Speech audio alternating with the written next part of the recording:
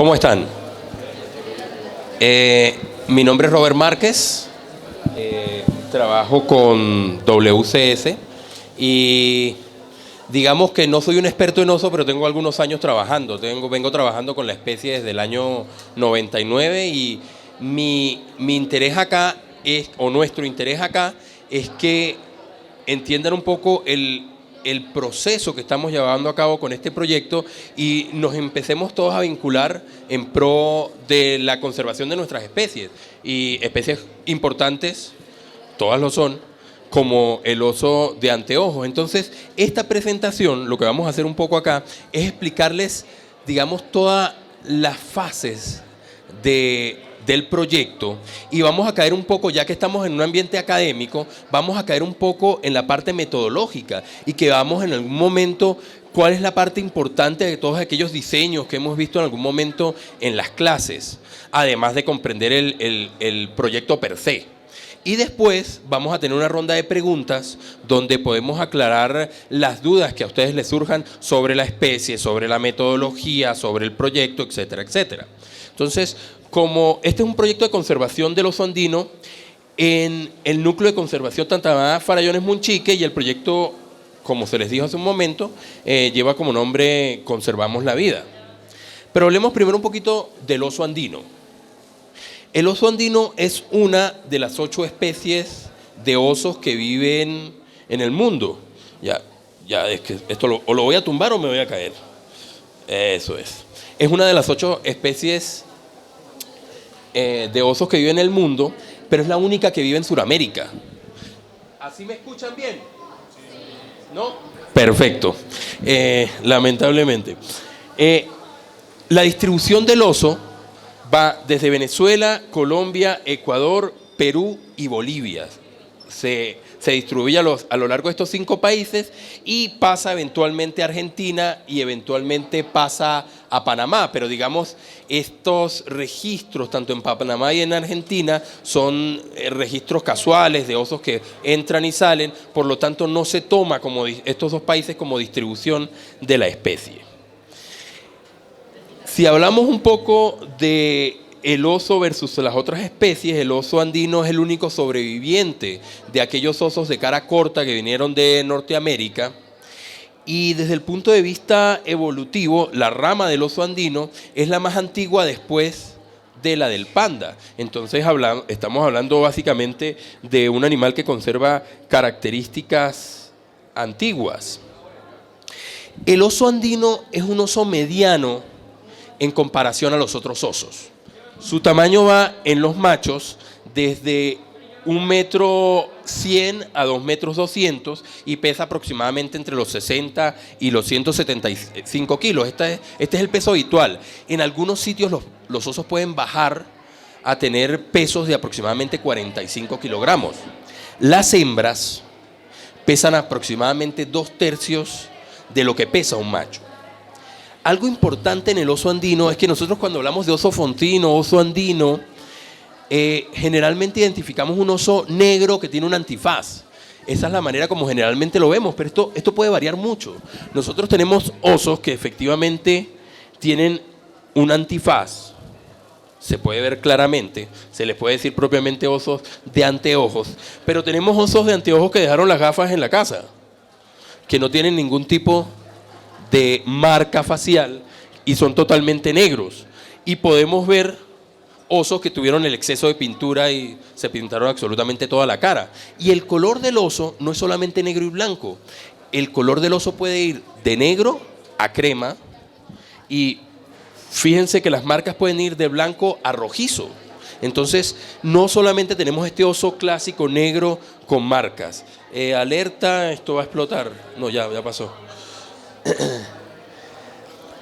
Hablando del uso del espacio del oso andino, el oso andino es quizás la especie de montaña de los Andes que tiene mayores requerimientos de espacio. El oso andino utiliza posee grandes áreas de acción. En un trabajo de Armando Castellano en Ecuador, o en varios trabajos de Armando Castellano en Ecuador, nos muestra que los osos pueden llegar a tener 163 kilómetros cuadrados de área de acción, o home range. ¿De acuerdo? Necesita 163 kilómetros un solo oso. Y en promedio, los osos que él midió mediante telemetría tenían 59 kilómetros cuadrados de área de acción. Por otro lado, el área de la acción de las hembras es más pequeño. Por supuesto, los machos ocupan el área de acción de varias hembras. El área promedio es de 15 kilómetros cuadrados y el máximo es de 43 kilómetros cuadrados. Hay algo importante que me gusta corregir. A mí siempre me preguntan sobre la territorialidad del oso. ¿Qué tan territorial es esta especie? Y si vamos al concepto estricto de territorialidad, son animales que excluyen de su área de acción animales de la misma especie, incluso de otras especies. En el caso del oso andino no hay territorios. Las áreas de acción de machos se pueden solapar con varias áreas de acción de machos, igual la de hembras con el área de acción de varias hembras, como vemos acá. Este es el mapa en el espacio de las áreas de acción. Acá tenemos de machos en el A y aquí tenemos de las hembras. Si ustedes observan en detalle, ustedes ven que aquí hay un macho que tiene una área de acción bastante pequeña, que está rayado.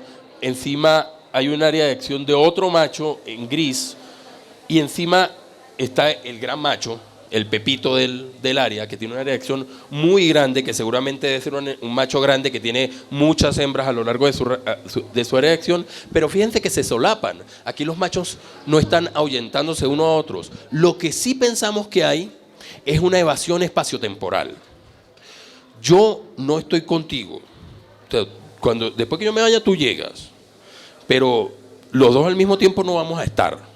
Aunque es interesante, en los estudios que hemos hecho con fototrampeo del oso andino, pese a que no estemos juntos, nos seguimos. Y se siguen tanto machos como hembras. Entonces, no hay un territorio, sino que hay una evasión espaciotemporal. Fíjense que hablamos de 163 kilómetros cuadrados para un oso. ¿Qué pasa con las poblaciones? Las poblaciones tienen grandes requerimientos de hábitat. Peyton en el año 99 dijo que en una reunión junto con los otros expertos en el momento con osos andinos, dijo que para conservar una población de osos se necesitaban 1.900 kilómetros cuadrados de hábitat. 1.900 kilómetros cuadrados. Esto es una gran área natural. Sin embargo, en los cálculos que se han hecho recientemente con la información que tenemos de áreas de acción, nosotros estimamos que no necesitamos 1.900, que necesitamos 3.800 kilómetros cuadrados. Pero el hecho de conservar esta gran cantidad de áreas entre los 200 metros a los 4.800 metros, que es el rango altitudinal que presenta la especie. Generalmente esta especie se conoce como una especie andina, se piensa que vive por sobre los 1.400 metros, generalmente se dice, sobre los 1.000 metros. No, no es cierto, o sea, la especie puede bajar. Es más, acá en el área de Tamá hay registros de oso andino a 200 metros de altura. En Perú se dice que se tienen registros aproximadamente a los 60 metros de altura, pero digamos que no se tiene el punto, entonces digamos que el récord está en los 200 metros de altura. Y hacia arriba, 4.800 metros de altura. Entonces, si nosotros conservamos, imagínense conservar grandes bloques continuos de 3.800 kilómetros cuadrados entre los 200 y los 4.800 kilómetros cuadrados. Esto hace que el oso andino sea una herramienta válida para conservar tanto a la biodiversidad, porque al conservar todo ese hábitat de oso andino vamos a conservar a las especies que conviven con él. Pero también hay algo muy importante, que conservar al oso estamos conservando los servicios ecosistémicos. Y nosotros tenemos que recordar de dónde parte la conservación. La conservación de la fauna, de la flora, surge porque nosotros estamos interesados en conservarnos nosotros. Entonces, al conservar la biodiversidad y las áreas silvestres, conservamos los recursos ecosistémicos y nos vamos a conservar nosotros. Sin embargo, pese a que sea tan maravilloso, pese a que sea tan lindo, pese a que sea tan carismático, el oso enfrenta grandes amenazas. La Unión Internacional para la Conservación de la Naturaleza lista al oso como vulnerable. Esta categorización como vulnerable se produce porque el oso andino, en una ventana de 30 años, está perdiendo 30% de su hábitat y por ende el 30% de la población se está perdiendo. Esta es la misma categoría que da el Ministerio de Ambiente, incluso en su última resolución, que fue la del 2014, en la 192, donde utilizando los mismos criterios que la UICN, nos muestra al oso como un oso vulnerable. Además, el CITES prohíbe el comercio del oso, tanto vivo como sus partes, porque hay un comercio de osos. El oso se puede vender o entero, o sea, completo, vivo, para circos o como mascotas, o también puede ser tenido, por ejemplo, se caza el animal, se abre, se le extrae la grasa, y esta grasa supuestamente tiene características de sanación. Supuestamente ese ungüento es muy bueno para la artritis, por ejemplo. Además, en los sitios donde hay oso, es muy común saber que a los niños les untan grasa de oso y los cubren con una manta durante todo el día, mientras que están cubiertos de grasa de oso, y supuestamente esto le da la fuerza a la persona que fue untada, le da la fuerza del oso. Y es interesante porque cuando uno llega a los pueblos donde hay esta tradición y le comentan a uno, Pepe fue cubierto con grasa de oso, uno va a Pepe y Pepe es el fuerte del sitio. Pero un momento, Pepe fue criado diciendo que fue untado por grasa de oso y era siempre el que quería ser fuerte, el que quería alzar las cosas pesadas, el que hacía deportes, Entonces hay una relación muy estrecha entre aquello que se le dice a la persona y lo que sucedió en algún momento. Él se va a creer que es el fuerte, entonces por ende va a ser el fuerte, va a hacer todo lo posible por ser el fuerte. Las dos principales amenazas para el oso andino. Esto es común, creo que para todas las especies. Pérdida de hábitat. Nuestra población está en crecimiento y sigue en crecimiento y seguirá en crecimiento. Si nosotros vemos, fíjense, les voy a describir rápidamente este gráfico. Nosotros tenemos aquí los millones de hectáreas de tierras cultivables, o mejor dicho, cultivadas, y aquí tenemos los años. Esto es una proyección que va desde 1961 hasta el 2050. Nosotros estamos parados en este momento por acá. Y en varios colores se describen tanto el mundo como los países en desarrollo como los países desarrollados. Veamos primero el mundo. La tendencia es que estamos aumentando la cantidad de tierras cultivadas. Está creciendo la población y necesitamos más tierra. Si necesitamos más tierra, ¿dónde la vamos a sacar? De las áreas silvestres. Pero hay un aspecto bien delicado.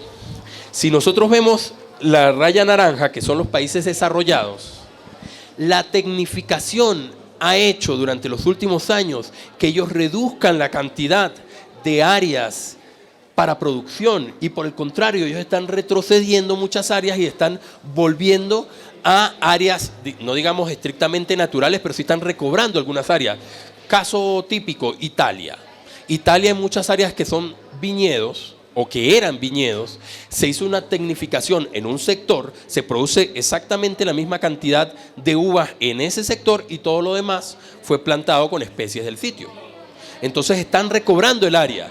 Entonces, si ellos están recobrando áreas naturales, ¿qué está pasando con nosotros? Nosotros, los países en desarrollo, somos los que estamos jalando ese crecimiento de los cultivos.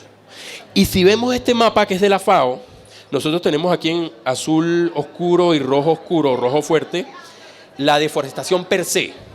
Y aquí tenemos en tonos claros la deforestación difusa. Para que entendamos un poco qué es deforestación neta y deforestación difusa, la deforestación neta es cuando llega una empresa y corta, o una persona y corta 2 hectáreas de bosque. ¿De acuerdo? Allí se hizo la deforestación, se extrajo la cobertura vegetal. O cuando en un páramo, por ejemplo, se ara ese páramo y se empieza a cultivar. Eso es deforestación per se. La deforestación no tiene que ver solamente con bosque, ojo. La deforestación difusa es gradual, pero es igual de delicada. Por ejemplo, en un bosque, ustedes pueden tener tala selectiva. Cuando tienen tala selectiva, las personas van extrayendo uno que otro árbol. Y si toman una fotografía aérea del sitio, ustedes dicen, eso es un bosque. Pero si ustedes caminan por dentro de ese bosque, ustedes dicen, esto no es un bosque. Esto es un relicto de bosque. O sea, aquí alguna vez hubo un bosque. Sin embargo, tarda unos años en que ese sitio esté libre de cobertura. Lo mismo pasa con la ganadería extensiva, por ejemplo.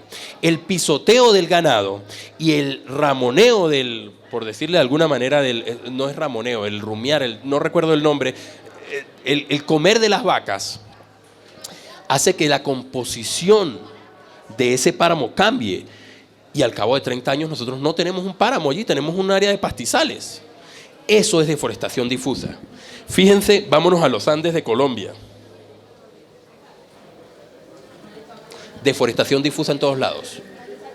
Tenemos un grave problema con el manejo de las áreas de aquellas personas que viven en el sitio, porque detrás hay problemas económicos que tenemos que solucionar. Por otro lado, tenemos la otra gran amenaza, la pérdida de individuos. Y la pérdida de individuos se da principalmente por 3 motivos. La primera tipo de pérdida, quizás la menos fuerte visualmente, es cuando obtenemos animales como mascotas para circos y están los animales vivos en alguna parte, pero lo extraemos de las poblaciones silvestres y ese animal ya no puede cumplir con su función de reproducirse y seguir en la población. El segundo problema que tenemos es la cacería con fines diferentes a la defensa, que puede ser cacería deportiva. Entonces tenemos grupos de personas, aunque cada vez es menos, que van y cazan al oso para entretenerse o incluso para comer. El oso andino se come. Es más, en el sitio donde estamos trabajando actualmente hemos detectado un par de sectores donde todavía comen oso andino. Incluso en algún momento hace aproximadamente 10 años estuve trabajando con consumo de oso andino, cómo lo preparaban al oso andino, y era increíble ver cómo las personas empezaban a salivar cuando explicaban lo sabroso que era la pata del oso. Déjenme decirles que debe ser espectacular por la cara de los señores, pero el oso andino se come. Además se puede utilizar la grasa. Y finalmente hay otra amenaza que quizás es la más importante al momento de producir bajas en los osos, que es el conflicto. El oso efectivamente tiene la capacidad de atacar el ganado y atacar los cultivos, generalmente cultivos de maíz. Ojo, algo muy importante, no en todos los sitios donde hay oso hay conflicto. Pero en el momento que un oso aprende que la vaca es comida o que el maíz es comida, va a seguir comiendo eso generalmente. ¿De acuerdo? Y esto es muy fácil de explicar. Ustedes han escuchado de la teoría del forrajeo óptimo. Vamos a gastar menos energía con lo que más nos sacie. Por eso es que tan exitoso el chocolate. Es grasa. Por eso es que tan exitosa. ¿A quién no le gusta el bistec de carne con el gordito al lado? El que no sea vegetariano. Eso es espectacular, pero es porque nos sacia. Eso es forrajeo óptimo. Es algo que nos sacia bien y es fácil de obtener. Para el oso es lo mismo. Entonces, las personas en protección a su producción cazan al oso. Bueno, y no se asusten acá. ¿Cuál es la manera de trabajar? Generalmente no es decir, yo quiero trabajar con el oso es bonito. No. Sentémonos un momento y vamos a utilizar el marco científico y vamos a empezar a desarrollar un proyecto, una base de proyectos basado en un modelo conceptual, que aunque se vea aquí así de feo, lo podemos mostrar un poquito más, y nosotros lo primero que vamos a hacer es plantearnos una meta. Por ejemplo, vamos a conservar poblaciones viables y ecológicamente funcionales de oso andino. Generalmente en un marco conceptual hallamos esa gran meta, que es lo que nosotros queremos en el futuro. Nosotros queremos al oso por mucho tiempo y empezamos a ver cuáles son nuestros objetivos más cortitos que nos van a servir para alcanzar eso. Eso es lo mismo que cuando tenemos un carro y el carro está dañadito y queremos decir, bueno, mi fiesta del año 79 quiero que se vea como un Ferrari. Bueno, me planteo varios objetivos. Bueno, primero tengo que pintarlo, segundo tengo que arreglar la cojinería, tercero es... Y cuando yo voy cumpliendo esos objetivos, voy alcanzando mi gran meta.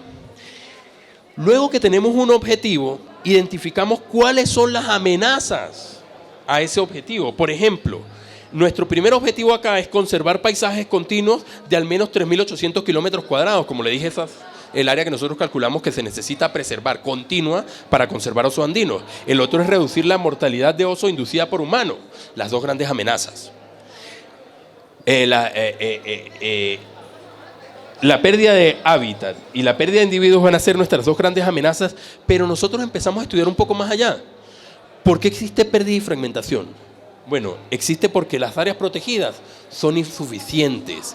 Insuficientes quizás no en la proporción de área que tienen en Colombia. En Colombia tienen más del 10%, que es más de lo que se pide, lo que pide la UICN. Nuestro problema es que solamente un parque, que es Paramiño, tiene la cantidad suficiente de hábitat para por sí solo conservar osos andinos. Eso quiere decir que nuestros osos tienen que conservarse dentro y fuera de áreas protegidas. Pero ¿cuál es el segundo problema? Hay falta de áreas amigables, áreas que no sean protegidas, amigables con el oso andino y con la fauna en general. Entonces, generalmente, esas áreas que están alrededor de las áreas protegidas tienen sistemas productivos que no son amigables, que quizás el manejo no es sustentable, al menos con la biodiversidad. Y esto es un grave problema. Por otro lado, por ejemplo, muchas veces tenemos debilidades en las instituciones. Las universidades no trabajan en conjunto, parques nacionales a veces no pueden trabajar con las corporaciones, a veces no podemos trabajar con la empresa pública. Digamos que muchas veces hay debilidad en este accionar entre las instituciones y esto hace que seamos débiles, esto hace que no alcancemos nuestros objetivos. Por supuesto, muchas veces no hay acciones no reglamentadas, hay falta de ordenamiento de las actividades, las prácticas de manejo son inadecuadas y eso es lo que hace que no seamos amigables con el ambiente, pero una vez que nosotros vamos a hacer el manejo, nosotros no empezamos a hacer el manejo trabajando con la fragmentación per se o con la pérdida de hábitat per se. Nosotros empezamos a atacar cada uno de esos factores que están afectando a mi amenaza. Entonces muchas veces es un problema de cacería. Yo no lo tengo que resolver haciendo, por ejemplo, control y vigilancia. Muy posiblemente mi cacería la resuelvo si yo le doy a las personas que vienen al sitio alternativas económicas para que no necesite cazar. Entonces, de esa manera, identificando qué es lo que está sucediendo de origen, si es un problema económico, si es un problema social, si no hay problema y es un problema conductual, nosotros vamos a saber qué es lo que vamos a atacar con el manejo. En este proyecto, lo primero que nosotros nos planteamos fue la gran pregunta, bueno, en conservación no tenemos dinero suficiente para trabajar donde queramos ni cuanto queramos. ¿Es verdad o es mentira? Lamentablemente, conservación es un punto que no destina, en el país no se destina gran porcentaje de los recursos. En Colombia, que es el país megadiverso, aproximadamente el 0.07 de los fondos de la nación van a conservación. Ya ahí tenemos una gran debilidad.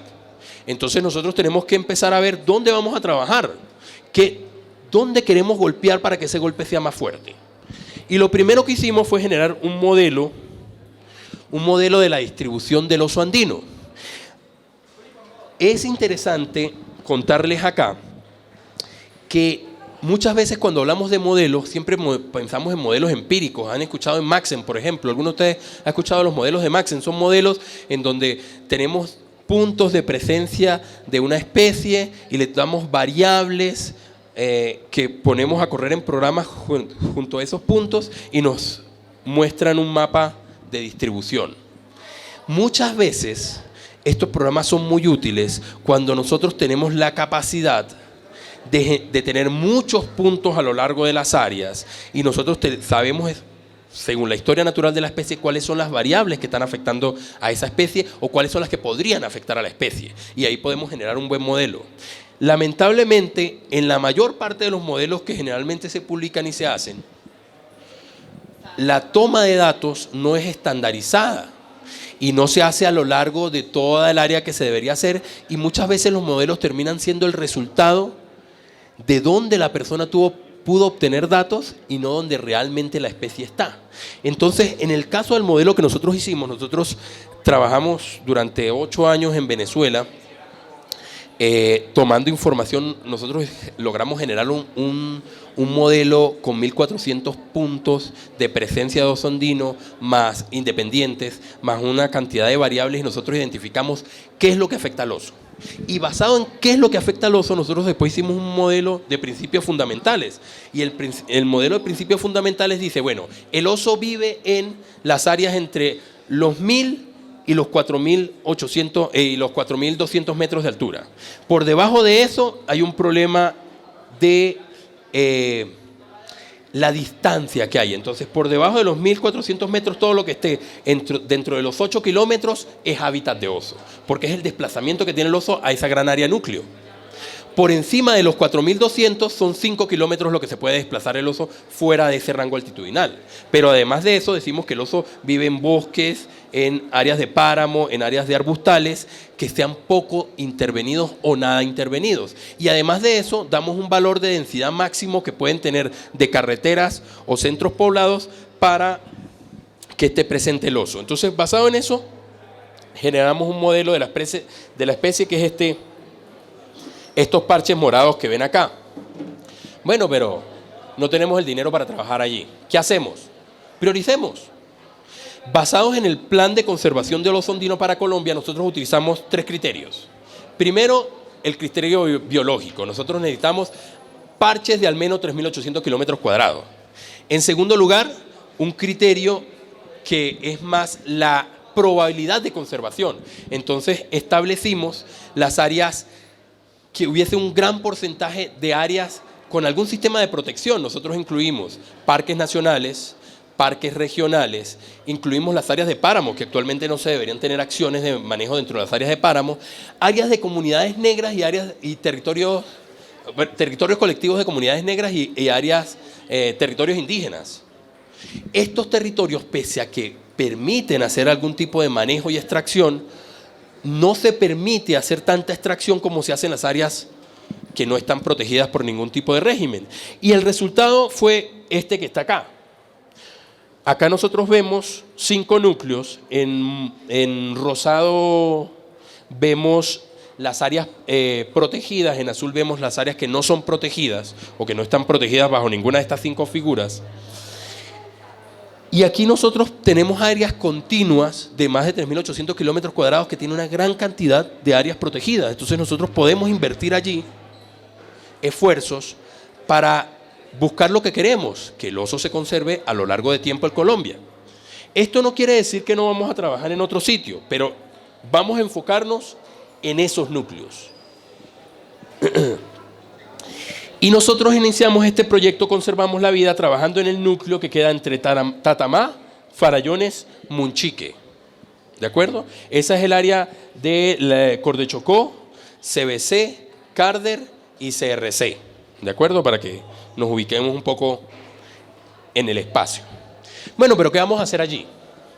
Nosotros aquí trabajamos basado en manejo adaptativo y toma estructurada de decisiones.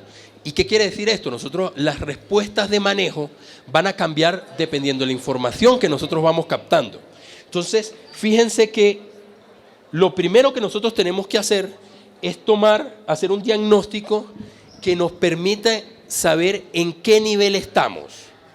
¿En qué nivel estamos con respecto a qué? Al oso, a las presiones del oso y a toda esa problemática o todos esos factores que hacen que existan esas presiones o esas amenazas al oso.